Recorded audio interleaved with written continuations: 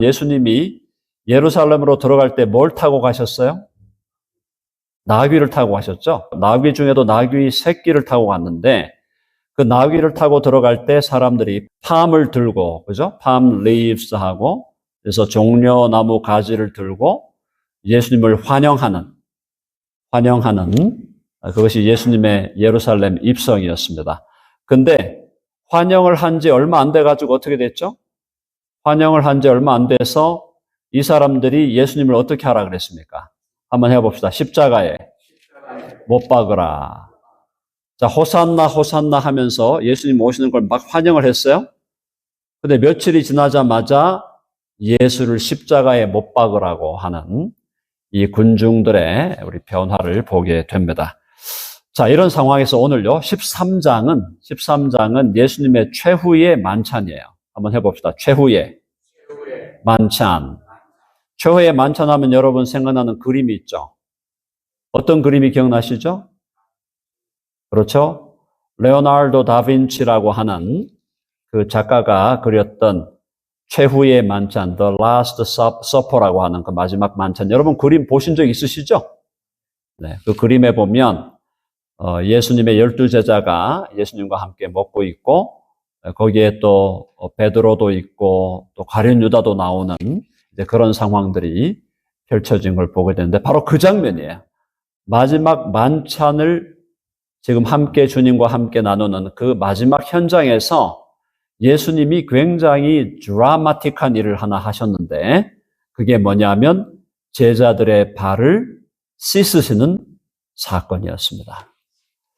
자, 유대 컬처에서 여러분 유대 땅에 저도 사실은 유대 땅에 가보지를 못했어요. 근데 조만간 주님의 은혜 가운데 유대 땅에 가보기를 원합니다. 그런데 유대 땅에 다닐 때 거기는 어떻게 그 당시에 사람들이 신고 다니던 신발이 어떤 신발이었습니까? 샌들이죠. 네, 샌들을 신고 다니고 양말이 있었을까요? 없었을까요? 양말이 없었어요. 그러니까 맨발에 샌들을 신고 다니는데 그 지역이 어떤 지역입니까? 어떤 지역이에요? 사막 지역이고 또 사막이 아니라도 길을 다니면 샌들을 신고 다니면 발에 먼지가 끼게 되고 발이 더러워지게 됩니다. 자, 그래서 그 유대 컬처에서는 사람들이 어떤 사람의 초청으로 집을 방문하게 되면은 그 집을 방문한 그 집에서 물을 준비해 주고 초대받은 사람이 그 발을 씻거나 아니면은 그 집에 있는 종들이 발을 씻어주는 것이 유대의 컬처에 서로 발을 씻는 그런 풍습이 있었다는 겁니다. 그러니까 누구라도 누구 집에 초대를 받아서 가면 그곳에서 내 발을 내 스스로 씻기도 하고요. 아니면 그 집에서 환대를 하는 집이면 그 집에 있는 하인들 중에도 사실은 하인들 중에도 가장 낮은, 가장 천한 하인들, 종들이 그 발을 씻기게 되는 것입니다. 그러니까 손님들의 발을 씻긴다는 것은 그 가정, 그 집에 가장 비천한 종들이나 노예들이 하는 일이었어요.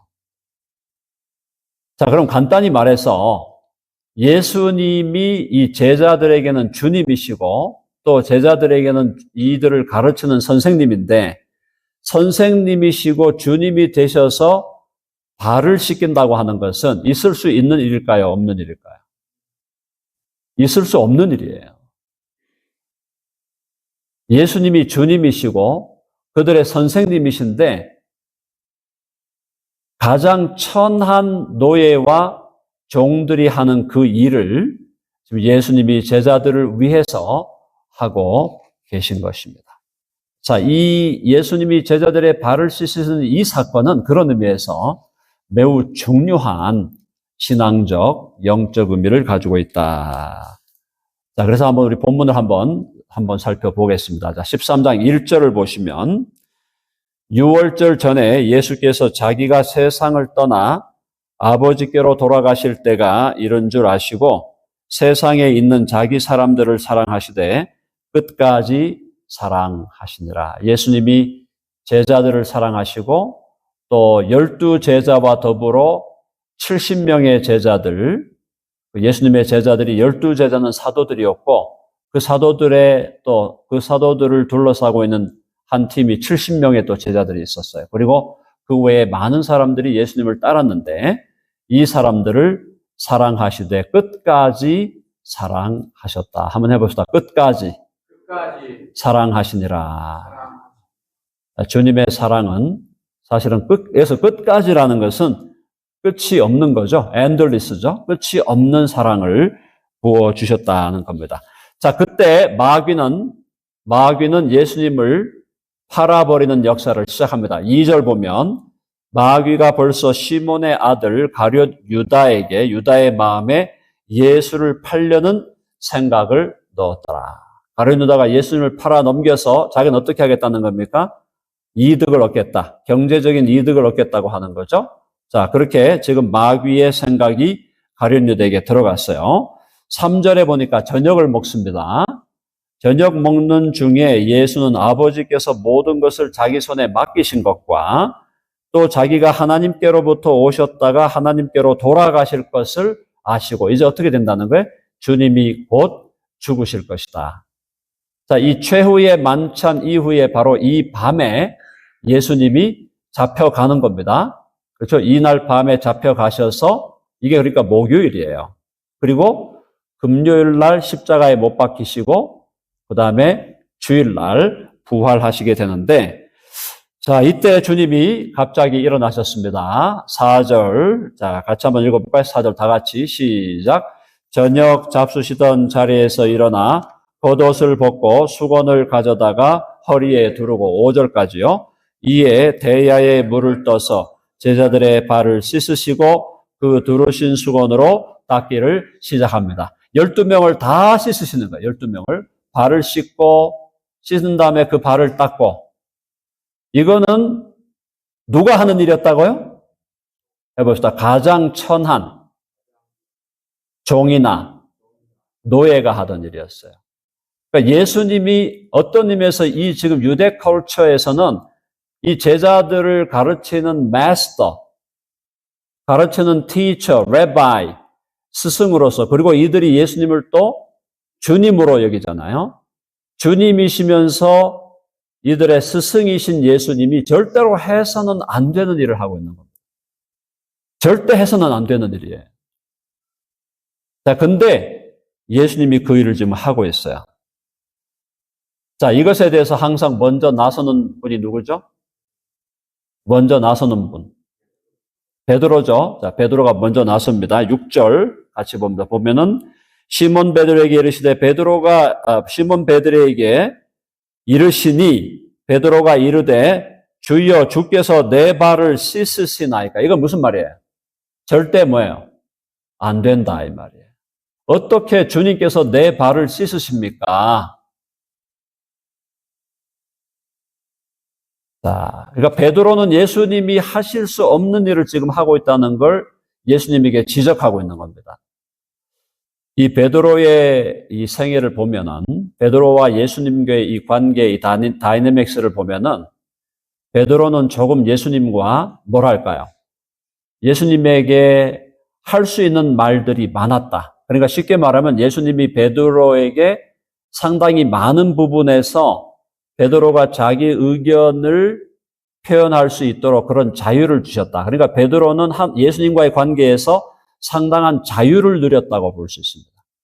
자, 자유를 누리는 이 베드로가 이르되 주여 주께서 내 발을 씻으시나이까.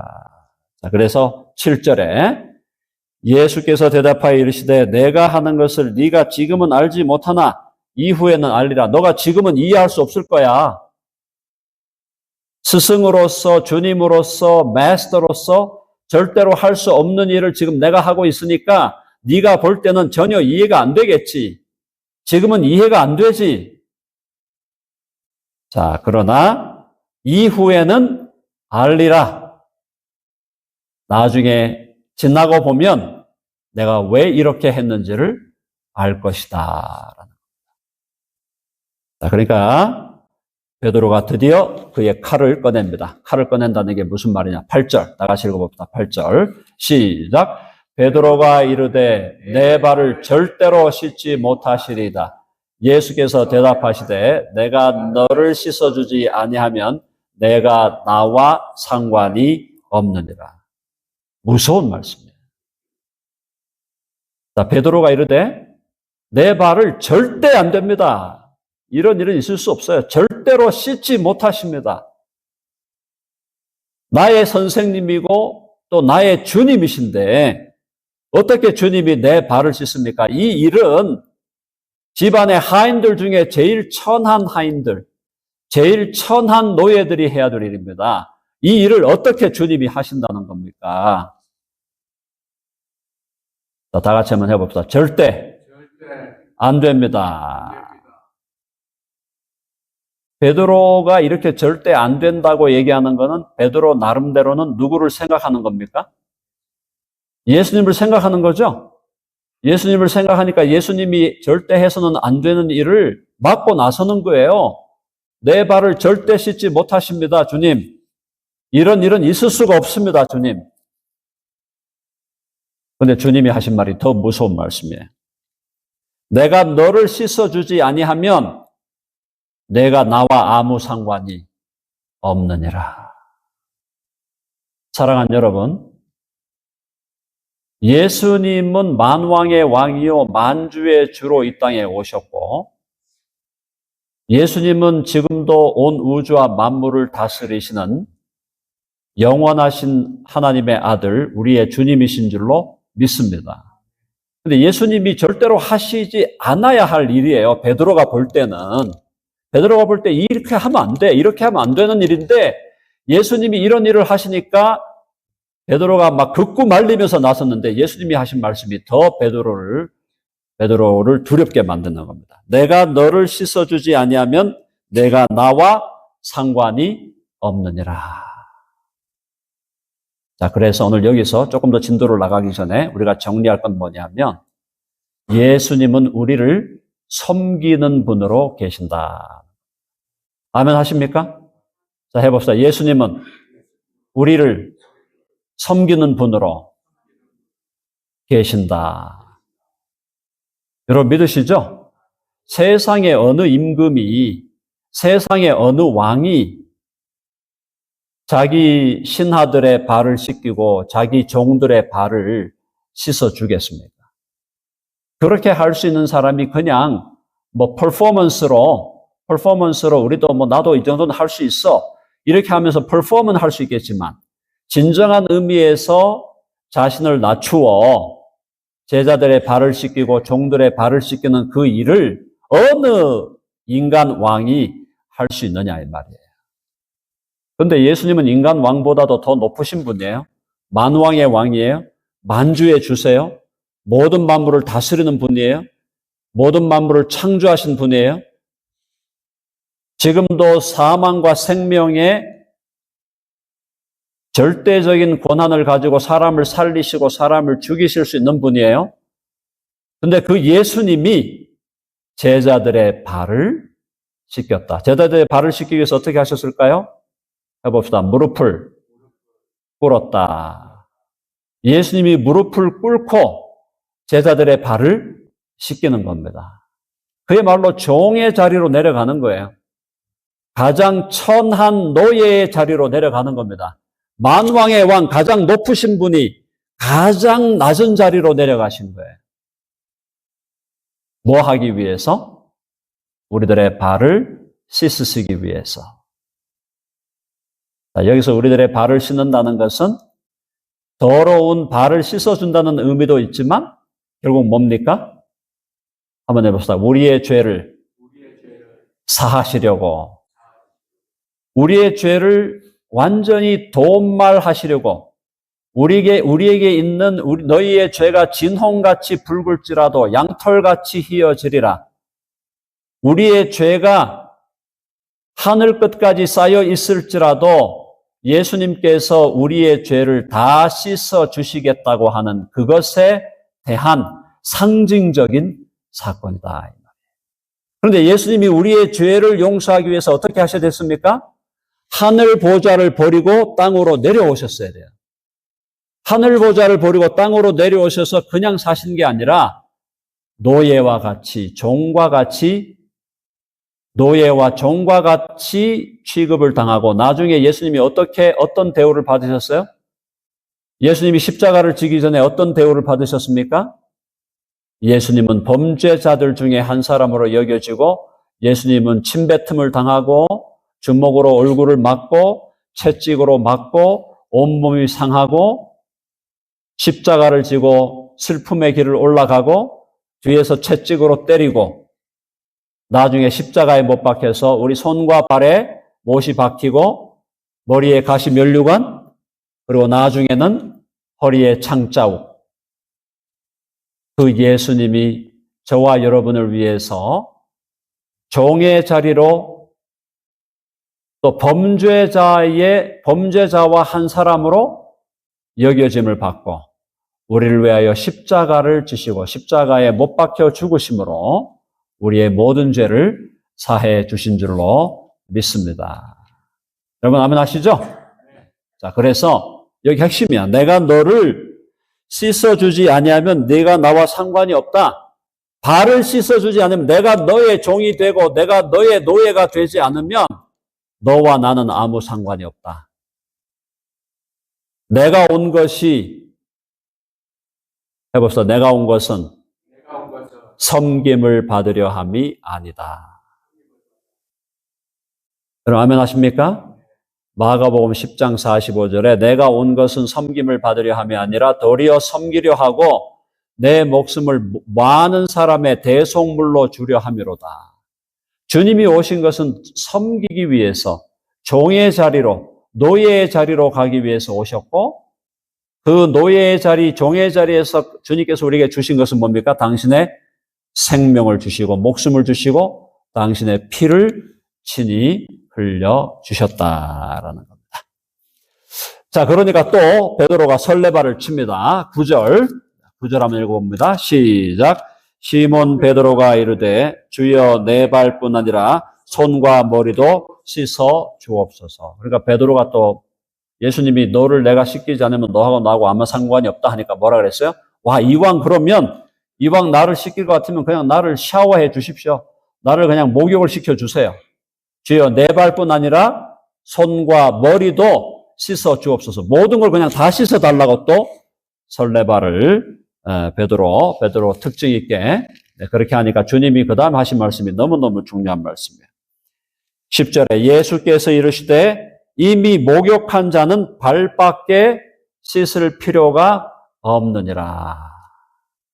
사랑하는 여러분 목욕하셨어요? 여기서 목욕했다는 것이 우리가 아침에 샤워하고 나왔다 그 얘기 아니잖아요.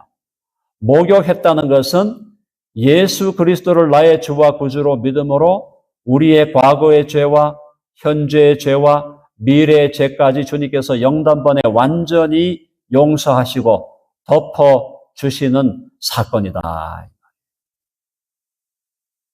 예수 그리스도를 주와 구주로 믿는 모든 자에게 예수님은 우리의 죄에 대해서 과거, 현재, 미래의 모든 죄를 일거에 다 덮어주시는 놀라운 은혜를 베풀어 주시는 줄로 믿습니다. 자, 옆에 있는 분들 보면서 얘기합니다. 예수님이 당신의 죄를 사해 주셨습니다. 여러분 믿으시죠? 예수님이 우리의 모든 죄를 다 사해 주셨다. 자, 그러니까 이미 목욕한 자는 발밖에 씻을 필요가 없다. 무슨 말이에요? 예수 그리스도를 주와 구주로 믿음으로 영단번의 죄 사함을 받은 우리는 매일매일의 삶 속에서 발만 씻으면 된다. 그러니까 매일매일 우리의 삶 속에서 우리가 넘어지기도 하고 또 실수하기도 하고 실패하기도 하는 그런 죄악들을 주님 앞에 가져와서 고백하고 우리의 죄를 주님 앞에 회개하는. 그러니까 처음에 우리가 영적으로 목욕하는 것은 영단번에 예수님 믿을 때에 회개함으로 죄사함 받는 것이고 그 다음에 그 이후에 우리가 예수님 믿는 사람이 된 이후에 매일의 삶 속에서는 우리가 발을 씻는, 매일매일 발을 씻는 일을 계속 해야 되는데, 그게 뭐냐면 매일매일의 삶 속에서 주님 앞에 죄를 고백하고 회개하는 것이다. 사랑하는 여러분, 이미 우리가 예수님으로 인하여 영단번에 완전한 용서를 받았음을 기뻐하고 감사할 뿐 아니라 매일의 삶 속에서 계속해서 우리의 죄악과 우리의 허물들을 주 앞에 고백하며 회개하고 또 정리하며 살아가는 저와 여러분 될 수 있기를 간절히 바랍니다. 아멘 하시죠? 네, 매일매일 우리가 매일매일 아침에 일어나서 하루를 시작할 때 주님 앞에 기도하면서 하루를 맡겨드리고, 그 다음에 마지막에 잠자리에 들어서 들기 전에 하루를 돌아보면서 주님 앞에 허물과 안타까운 모습과 연약한 모습이 있었다면 그걸 주님 앞에 토설하고 주여 컨페스합니다. 주여 자백합니다. 주여 나의 연약함과 허물을 주께서 용서하여 주시고 오늘도 이 시간 덮어 주시옵소서. 이것이 사실은 매일의 일상이 되어야 된다는 거예요. 해봅시다. 하루를 기도로 시작하고 하루를 회개의 기도로 마무리하자. 여러분 꼭 그렇게 하시길 바랍니다. 매일매일 아침에 일어날 때 주님 앞에 기도하고 하루를 주님께 맡겨드리고 또 마지막을 정리할 때는 오늘 하루 살아가면서 주님, 내가 최선을 다해서 살았지만 그럼에도 불구하고 부족함이 있었고 연약함이 있었사오니 주여 용서하여 주시옵소서. 내일은 다시 새롭게 시작합니다. 다시 새롭게 시작하는 내일 하루 성령으로 힘을 주셔서 오늘도 내일도 승리하게 하여 주시고 혹시 넘어지고 혹시 실패하고 혹시 하나님 앞에서 범죄할지라도 주님 앞에 갖고 나와서 그 죄를 회개하고 또 그 죄를 주님 앞에 용서받으며 주님과의 관계 속에서 주님과의 관계를 항상 깨끗하게 정리하면서 살아가는 우리 모두가 되기를 간절히 바랍니다. 이미 다 우리는 목욕했단 말이에요. 예수님 믿음으로. 그러니까 발만 씻으면 되는데 발밖에 씻을 필요가 없는데 이것조차도 우리가 하루를 살아가면서 혹시라도 빼먹고 혹시 하지 않는다면 주님과의 관계가 자꾸 어그러지는 거죠. 그것 때문에 우리를 하나님이 지옥으로 보내고 그렇게 하시지는 않지만 매일매일의 삶 속에서 우리에게 쌓이는 허물들과 안타까움이 있을 때 그걸 주님 앞에 토설하고 또 주님께서 우리를 용서하시는 용서의 은혜와 은총을 경험하면서 하루하루를 살아가는 저와 여러분 되시기를 간절히 바랍니다. 네, 자, 그 다음에 11절. 이는 자기를 팔자가 누구인지 아심이라. 그러므로 다는 깨끗하지 아니하다 하시니라. 한 사람 지금 가룟 유다는 깨끗하지 않다 그랬어요. 그러니까 12제자 중에 11명은 다 죄사함을 받았고 11명은 다 목욕한 자가 되었지만은 가룟 유다는 깨끗함을 입지 못했다. 목욕을 하지 못했다는 거죠. 자, 12절. 예수님이 그렇게 행하신 그 이유와 목적을 설명합니다. 그들의 발을 씻으신 후에 옷을 입으시고 다시 앉아 그들에게 이르시되 내가 너희에게 행한 것을 너희가 아느냐? 13절 다 같이요. 시작. 너희가 나를 선생이라 또는 주라 하니 너희 말이 옳도다. 내가 그러하다. 14절. 내가 주와 또는 선생이 되어 너희 발을 씻었으니 너희도 서로 발을 씻어주는 것이 옳으니라. 어떻게 하라는 거예요? 내가 너희들의 주가 되고 스승이 되어서 너희들의 발을 씻긴 것은 너희들에게 본을 보여주기 위한 것이다. 그죠? 본을 보여주는 거예요. 근데 그 본은 뭐냐? 우리가 그 본을 따라가야 돼요. 자, 그 본을 따라간다는 것은 서로 발을 씻어줘야 돼요. 자, 서로의 발을 씻어주라. 그러니까 오늘 예배 마치고 대야 갖고 와가지고 물 떠가지고 서로 발 씻어주라. 이 말이 아니잖아요. 그렇죠?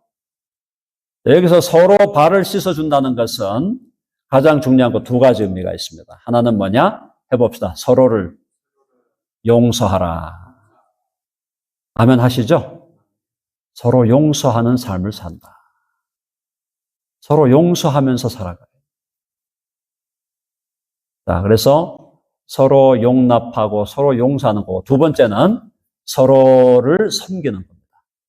사랑으로 서로 종 노릇하라. 그래서 갈라디아서에 보면은 사랑으로 서로 종 노릇하라.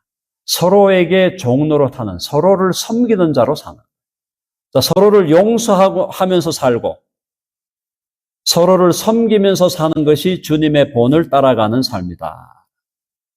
예수님은 그 시대의 가장 천한 종들과 노예들만 해야 될 일을 제자들을 향해서 주님이 친히 해주신 것은 내가 너희들을 발을 씻어줌으로 너희들에게 본을 보인 것처럼 너희도 이제 서로를 용서하고 서로의 종으로, 사랑으로 서로 종노릇하고 서로를 섬기면서 살아가라.